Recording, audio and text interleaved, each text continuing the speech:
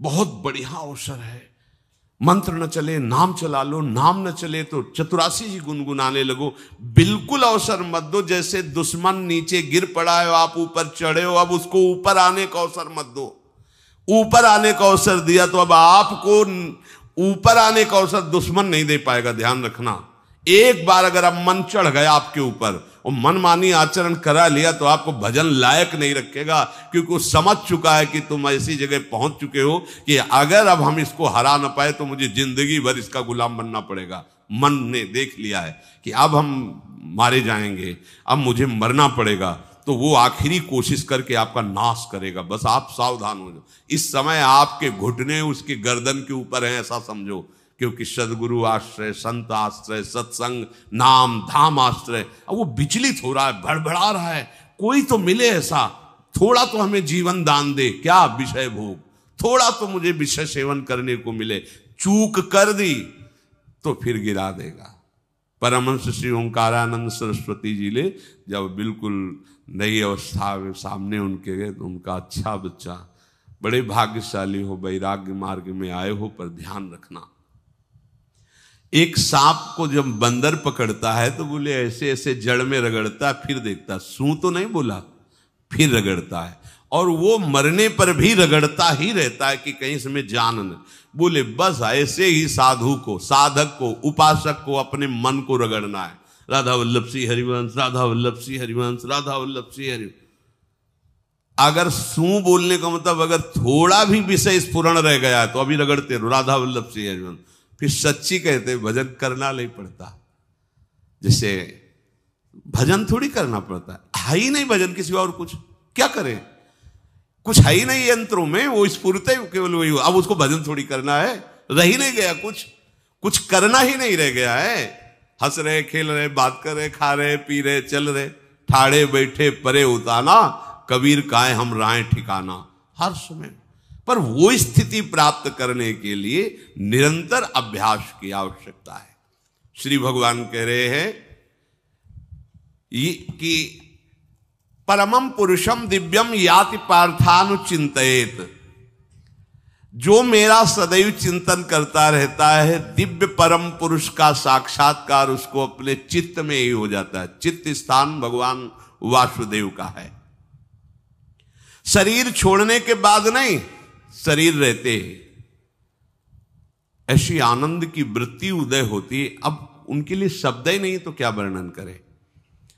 ऐसी आनंद की उसी आनंद में वो आनंद समुद्र प्रभु प्रकाशित होने लगते हैं। पर उस आनंद में जहां आपका थोड़ा प्रवेश होता है, आप उलझ करके विषय की तरफ चले जाते हैं। ध्यान देना हमारी इस बात को, यह अनुभवगम्य बात कहते हैं। जब आपको भजन का थोड़ा आनंद मिलेगा तो आप थोड़ा निश्चिंत जैसे होते हैं, उसी समय मन आपको विषयों में फंसा देगा। जब आपको भजन का अभ्यास बढ़ने लगे, आनंद मिलने लगे, तो आपको उदासीनता बढ़ानी है, हंसना नहीं है, लोगों से मिलना नहीं, खेलना नहीं है, क्योंकि इस समय चढ़ाई का है। आनंद स्फुरित होने लगा, बचाओ, बिल्कुल आसपास से सुरक्षित हो जाओ। वो आनंद ही आपको ऊपर ऐसी स्थिति में ला देगा जहां ये विषय नहीं ले जाएंगे। भगवान कह रहे परमम पुरुषम दिव्यम याति पार्थानुचिंतयन्।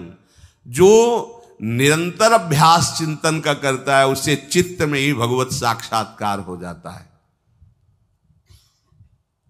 अगर आप सावधान नहीं रहेंगे, चिंतन सही नहीं रहेगा आपका, तो किसी भी अवस्था में ये विषय चिंतन छूटने वाला नहीं। अभी हमारे पास अवसर है, अभी हमारे पास समय है, चूको मत। ये बहुत सूक्ष्म लड़ाई है, ये कोई बाहर के लाठी डंडा गोली वाली लड़ाई नहीं है, ये अंतर की लड़ाई है। इसमें बड़े बड़े हार जाते हैं। अगर कोई जीत पाता है तो एकमात्र भगवान को समर्पित चित्त वाला जीतता है। हमें लगता है आपको बढ़िया समर्पण का अवसर है। अब आप ये जो मना किया जाता है, उन विषयों का भोग करते हैं, विषयों का सेवन करते हैं, तो फिर ऐसा लगता है अब हम नहीं कर पाएंगे, हमारे पास कोई चांस नहीं रह गया कि अब आपको संभाल सके। इसलिए आप सहयोग कीजिए। ये बाहरी आनंद 4 दिन का है, मान जाओ, बाहरी आनंद। ये श्री जी के मार्ग के लिए हम कह रहे हैं किसी जन्म में भगवत प्राप्ति करनी। अगर आप नहीं कर मानोगे, मनमानी आचरण करोगे तो भ्रष्ट हो जाओगे। ये संसार का स्वरूप है, किसी न किसी बहाने से वो आपको सतमार्ग से हटाएगा। ना किसी को घर आने दो, ना किसी के घर जाओ, ना किसी को रंग लगाओ, ना किसी से रंग लगवाओ। अपनी प्रिया प्रीतम के साथ होली खेलो। यहां जो सत्संग हो रहा है ठीक है, सुना, एकांतिक किया, कुटिया में जाओ चुपचाप, अपने श्री जी को रंग लगाओ, श्री जी के सामने पद गाओ, श्री जी के सामने नाचो, उन्हीं तो भावना में उनके साथ खेलो, किसी और की जरूरत नहीं। कोई अब दूसरा हमें छुए, दूसरा कोई हमारा अपना बने, अब हमें जरूरत नहीं है। देखो हमारी भाषा समझ में आ रही हो तो समझ लेना, नहीं बाद में पछताओगे। किसी को भी अपने साधन कक्ष में प्रवेश मत दो, किसी को अपनी कुटिया में मत आने। अब आप यहां गृहस्थ नहीं हो, यहां भी रह रहे हो, भले गृहस्थ वेश में रह रहे हो, आप वनवासी हो, आप श्री जी के उपासी हो, कोई व्यवहार की जरूरत नहीं। जब ऐसे रहोगे तो श्री जी आएंगे आपसे खेलने। निष्ठा, हृदय में निष्ठा। अब व्यवहार की गुंजाइश नहीं रह गई, हमारे पास समय नहीं व्यवहार का। हमारी बातें मान लो पर आप लोग मानते नहीं हो, इसलिए रंग नहीं चढ़ पा रहा। अरे वो बेचैन है आपके साथ खेलने के लिए, उनकी तरफ जब देखो ना तो बेचैन है, पर उनकी तरफ कोई देखना ही नहीं चाहता। वो तो यही से फुर्सत नहीं मिलती भोगों से खेलने के लिए, संसार के राग में खेलने के लिए। अरे वो तो लालायित है, वो तो खुशी हो रही है कि ये हमारा शरणागत हो गया, अभी हमारी सहचरी बनेगा, हमारी सेवा में आएगा। शरणागत होकर के पीठ कर लिया श्री जी की तरफ, मुख कर लिया संसार की तरफ, तो दोनों लाड़िले उदास बैठ जाते हैं। अब क्या करें, ये तो उधर मुख करके जा रहा है, चलो फिर कभी लौटेगा, वो फिर इंतजार कर रहे हैं। विमुख भये निमिषो ना अकृपा, जब चिते तब। खूब अभ्यास करो नाम जब। कोई होली दिवाली त्योहारी, हमारा सारा त्योहार लाडली लाल से है, इन्हीं के साथ खेलो। देखो तुम्हें बताएं, जो बच्चा बाहर खेलने नहीं जाता तो माता पिता उसके साथ खेलने लगते। कैसे? घुटने के बल चल रहा है तो वो पिता भी घुटने के बल चलेगा उसके साथ साथ। वो तोतली बोलेगा तो वो भी तोतली बोलेगा। देखा है कभी ऐसा? ऐसा कर। तो ये हमारे स्वामी भी जब देखेंगे कि अरे ये तो किसी से राजी नहीं है, केवल हमसे खेलना चाहता है, इनके लाने का एक ही उपाय है, ध्यान रखना, अनन्य व्रत नहीं चाहिए हमें। और जैसे कल आप सुन रहे थे, पपीहा बन के रहू रे, बस यही चातक व्रत नहीं, हमें नहीं चाहिए। अगर हमारे रंग पड़ेगा तो लाडली लाल का पड़ेगा, हम खेलेंगे तो लाडली लाल के साथ खेलेंगे, नहीं तो अब आजीवन नहीं खेलेंगे, आजीवन नहीं खेलेंगे। अगर हम पाएंगे तो इनकी जूठन पाएंगे, नहीं तो प्राण त्याग देंगे। जिएंगे तो वृंदावन में जिएंगे, नहीं जीवन। ये व्रत चाहिए। काहे को व्यर्थ समय नष्ट कर रहे हो? धारण करो अनन्य निष्ठा का व्रत। इनको अपनी तरफ आकर्षित करने के लिए अनन्यता ही व्रत है। रसना कटो जो अन रटो, निरखियन फुटो नयन, श्रवण फुटो जो अन सुनो, श्री राधा जसमैन।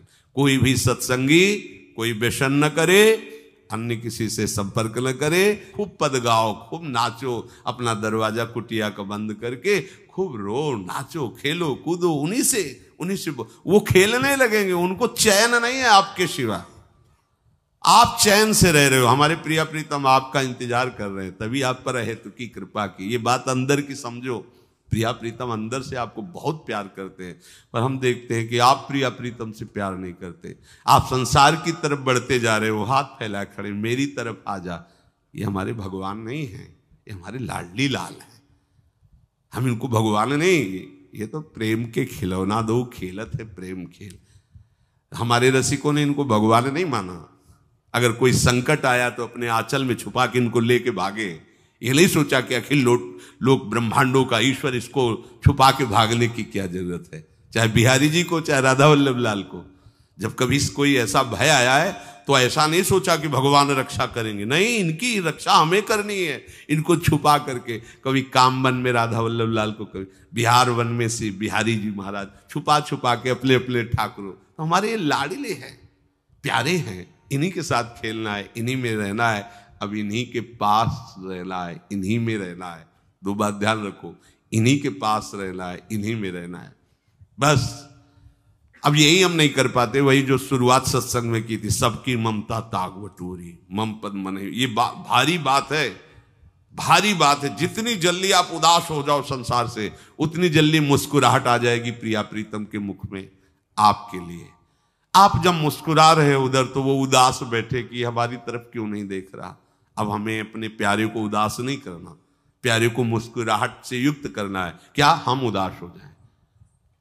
ताते मौन रहे वो उचित है, जगते भयो फिरे बैरागी, वृंदावन रस में अनुरागी। इसकी खूब चिंतन परायण रहो, कोई भी विषय का सेवन ऐसा ना करो जो आपकी बुद्धि भ्रष्ट कर।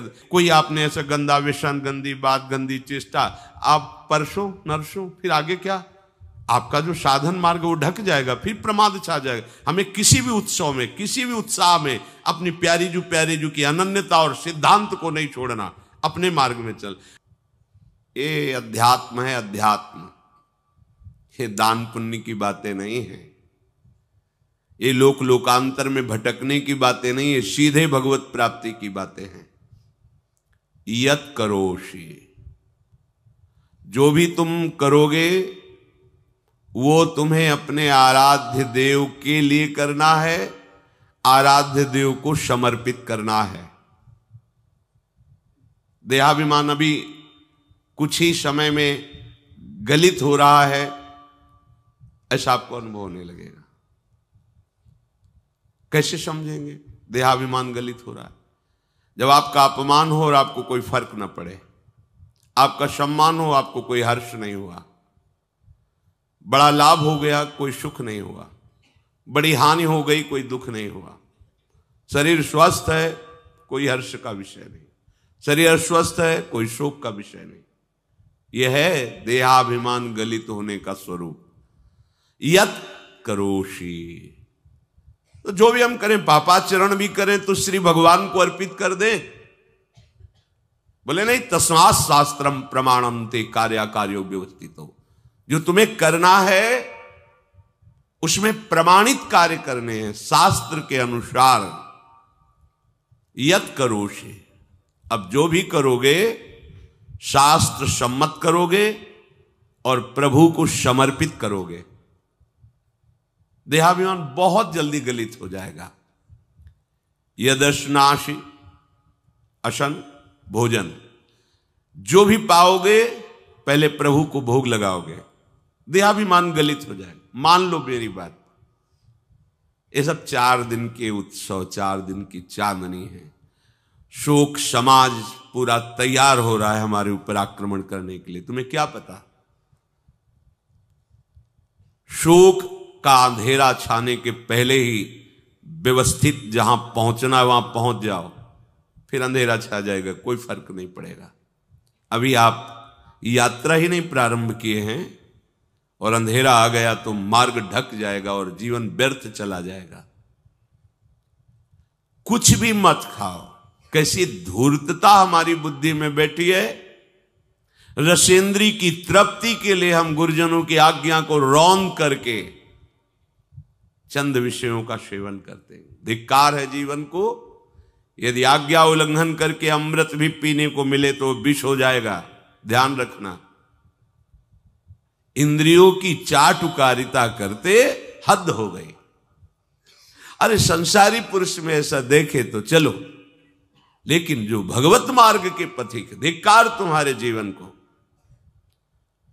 प्रियाजू को बिना भोग लगाए अर्पित किए तुम पाने के लिए उत्साहित कैसे हो रहे हो?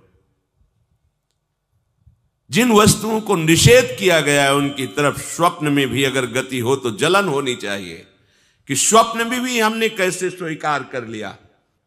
कभी कभी ऐसा लगता है कि भगवत प्राप्ति बहुत कठिन है, ये समझने वाले नहीं। मेढक को तौलने का अगर हमें आदेश मिले तो तौलना बहुत कठिन है। 5 रखो, 2 उधर छिटक के चले गए, उनको घसीटो तो 3 पहले वाले फिर उतर के चले, ऐसे है। सावधान हो जाओ। ये आज्ञा का उल्लंघन तुम्हारे लिए नारकी गति का काम करेगा। अगर आज्ञा है कि अमृत नहीं पीना तो मत पीना, नहीं वो विष हो जाएगा। और अगर आज्ञा है विष पी लीजिए तो गरल सुधा रिपु करहि मिताई, गोपद सिंधु अनल शीतलाई। वो विष अमृत हो जाएगा, तुम्हारा शत्रु तुम्हारा मित्र हो जाएगा। ये भव समुद्र गाय के खुर के गड्ढे के समान हो जाएगा। आज्ञा पालन बहुत बड़ी सिद्धि है। ये मूढ़ता का त्याग कीजिए। आप जानते हो, जानते नहीं है? नहीं, तुम नहीं जानते हो, तुम्हें वो जान रहे हैं। अगर तुम अपना आनंद चाहते हो, सुख चाहते हो, तो आज्ञा पालन करो। इसी से देहाभिमान गलित होगा। तुम्हारी एक एक वृत्ति उस सर्वात्मा प्रभु बैठे देख रहा है, और उन्हीं के रिझाने के लिए तो तुम्हें मानव देह मिली, भगवत मार्ग मिला। ये ध्यान रखो, एक बार भी बिना भोग अर्पित किए हुए जो पाओगे वही तुम्हारी बुद्धि भ्रष्ट कर देगा। देख लो आंख खोल के कैसे बुद्धि भ्रष्ट होती है। वो अपने आराध्य देव इष्ट देव की ही निंदा करने लगता है, आराध्य देव इष्ट देव के विपरीत चलने लगता है। ये बुद्धि गिरी मतलब सर्वनाश। जो शास्त्र में कहा गया है, कामः संजायते क्रोधा क्रोधा स्मृति विभ्रमा स्मृति भ्रंशात् बुद्धिनाशो। बुद्धिनाश को ही कहा गया प्रणश्यति, नष्ट हो गया, वो किसी काम का नहीं। यत करोषि, जो भी कर रहे हो वो प्रभु के लिए हो और प्रभु को अर्पित करो। यदश्नाश, जो भी असन भोजन करते हो, जो भी तुम्हारी जिह्वा में जाए, अगर तुम इसी जन्म में भगवत प्राप्ति करना चाहते हो तो बिना भोग लगाए मत पाना, मान लीजिए। फिर कह रहे यज्जुहोषि, जो भी तुम हवन का तात्पर्य होता है भागवतिक कार्य करते हो, वो प्रभु को अर्पित कर दो, बड़ा सुख मिलेगा। जो तुम ददाशी, किसी को भी कुछ भी देते हो, प्रभु को दे दीजिए। देने के पहले उसमें भाव कीजिए, राधा वल्लभ लाल इसके हृदय मंदिर में बैठे हैं। अब भोजन जल वस्त्र जो भी आपको उसको दिया तो उस व्यक्ति को नहीं दिया, सीधे ठाकुर जी को दिया, राधा वल्लभ लाल को दिया।